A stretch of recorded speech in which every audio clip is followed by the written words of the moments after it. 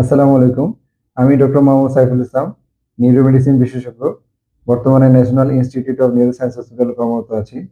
আজকে আমি কথা বলবো ইনসোমনিয়া অর্থাৎ নিদ্রাহীনতা নিয়ে। ইনসোমনিয়া হলো আমাদের রাতে পর্যাপ্ত ঘুমের সুযোগ এবং সময় থাকার পরও যদি রাতে ঘুম আসতে দেরি হয়, রাতে বারবার ঘুম ভেঙে যায় এবং আর্লি মর্নিং ঘুম ভেঙে গিয়ে পুনরায় ঘুমাতে চেষ্টা করেও ব্যর্থ হয়।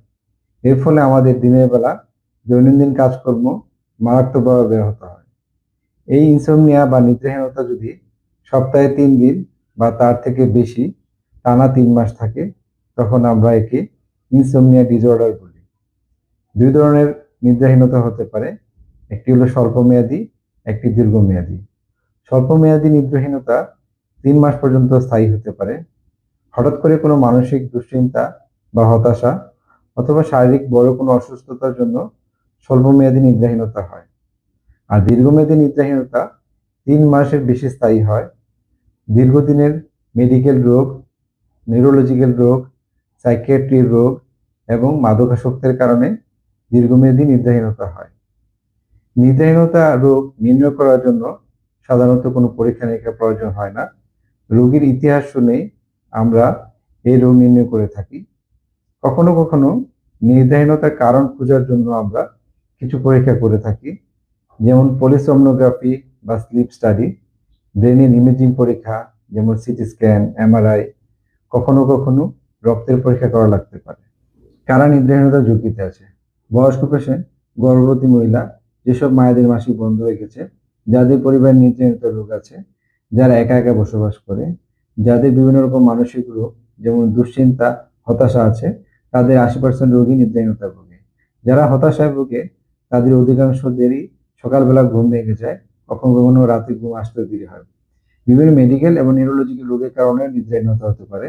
মেডিকেল রোগের মধ্যে রয়েছে শ্বাসকষ্ট বা হাঁপানি রোগ, diabetes, hypertension, heart failure, cancer, prostate বড় হওয়ার কারণে যাতে রাতে ঘন ঘন প্রস্রাব হয়, কিডনি রোগ থাকলে, স্কিনের চুলকানি রোগ যেমন একজিমা অথবা স্ক্যাবিস থাকলে এবং অ্যাসিডিটির কারণে ইনসোমনিয়া হতে পারে। এছাড়া নিউরোলজিক্যাল রোগের কারণে ইনসোমনিয়া হতে পারে। এর মধ্যে রয়েছে স্ট্রোক, এপিলেপসি, মাথা ব্যথা, নার্ভ ও মাংসপেশির বিভিন্ন রোগ, ভুলে যাওয়া রোগ এবং মুভমেন্ট ডিসঅর্ডার। এছাড়াও ঘুমের কিছু রোগ রয়েছে যেমন অবস্ট্রাকটিভ স্লিপ অ্যাপনিয়া, যেখানে রোগী রাতে বিকট শব্দে নাক ডাকে, ঘুমের মধ্যে বারবার নিঃশ্বাস বন্ধ হয়ে যায় এবং ঘুম থেকে জেগে ওঠে। যারা অতিমাত্রায় চা, কফি, সিগারেট খায়, যারা বিভিন্ন নেশা জাতীয় জিনিস যেমন মদ, গাঁজা, ইয়াবা সেবন করে, যারা নাইট শিফটে কাজ করে, এছাড়া যারা ঘুম নিয়ে অতি দুশ্চিন্তা করে, তাদের নিদ্রাহীনতা হতে পারে। নিদ্রাহীনতা চিকিৎসার 3টি ভাগ রয়েছে। প্রথমত রয়েছে ওষুধ ছাড়া চিকিৎসা বা স্লিপ হাইজিন মেনটেন করা। দ্বিতীয়ত নিদ্রাহীনতার কারণ বের করে এর প্রতিকার ও চিকিৎসা।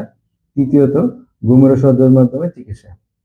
সাইকোথেরাপিস্ট রোগীর স্লিপ হাইজিন সম্পর্কে ধারণা দিবে, নিদ্রাহীনতা নিয়ে ভুল ধারণা এবং দুশ্চিন্তা কমাতে সাহায্য করবে, মেডিটেশন এবং রিল্যাক্সেশনে সাহায্য করবে।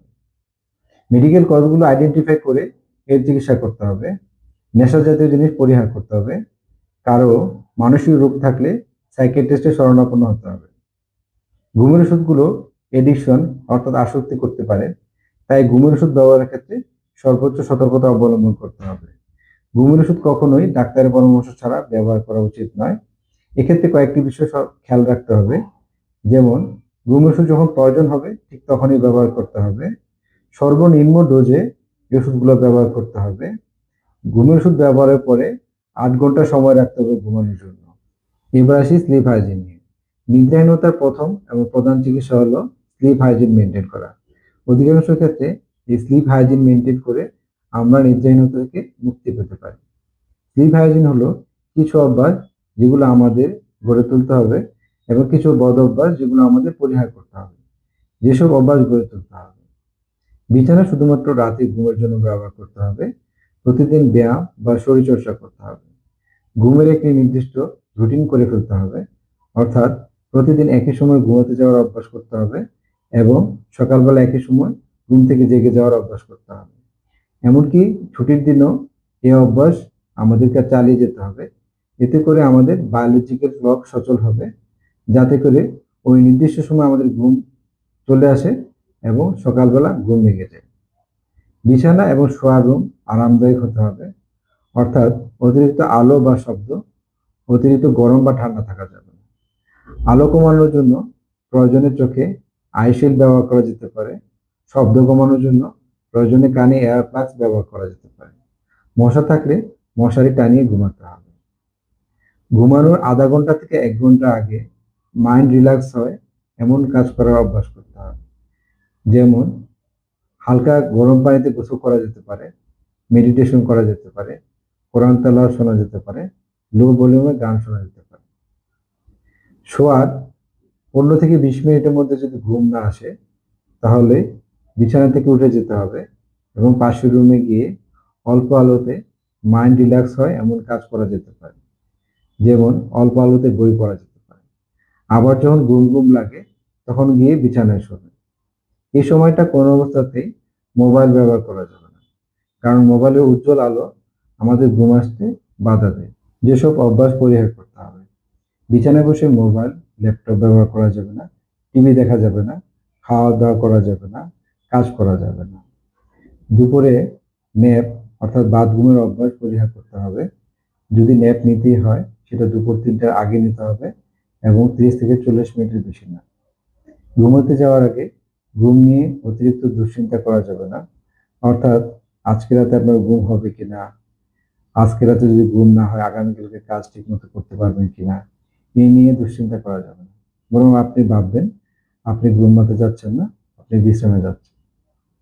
দুপুরের পরে ক্যাফেইন সমৃদ্ধ খাবার যেমন চা, coffee, cold drinks, energy drinks এগুলো পরিহার করতে হবে, কারণ এই ক্যাফেইন সমৃদ্ধ খাবার আমাদের ঘুম আসতে দেয় না, আর যদি ঘুম আসেও ঘুম গভীর হতে দেয় না। আমাদের চা কফির সাথে মদ পান, সিগারেট এগুলো পরিহার করতে হবে। ঘুমানোর 6 ঘন্টা পূর্বে স্মোকিং, মদ পান করা যাবে না। ঘুমানোর 2 ঘন্টার মধ্যে হেভি এক্সারসাইজ করা যাবে না। রাতে পানির পরিমাণ কম খেতে হবে। রাতের খাবার ঘুমাতে যাওয়ার 3 থেকে 4 ঘন্টা পূর্বে সেরে ফেলতে হবে এবং বাড়ি খাবার পরিহার করতে হবে।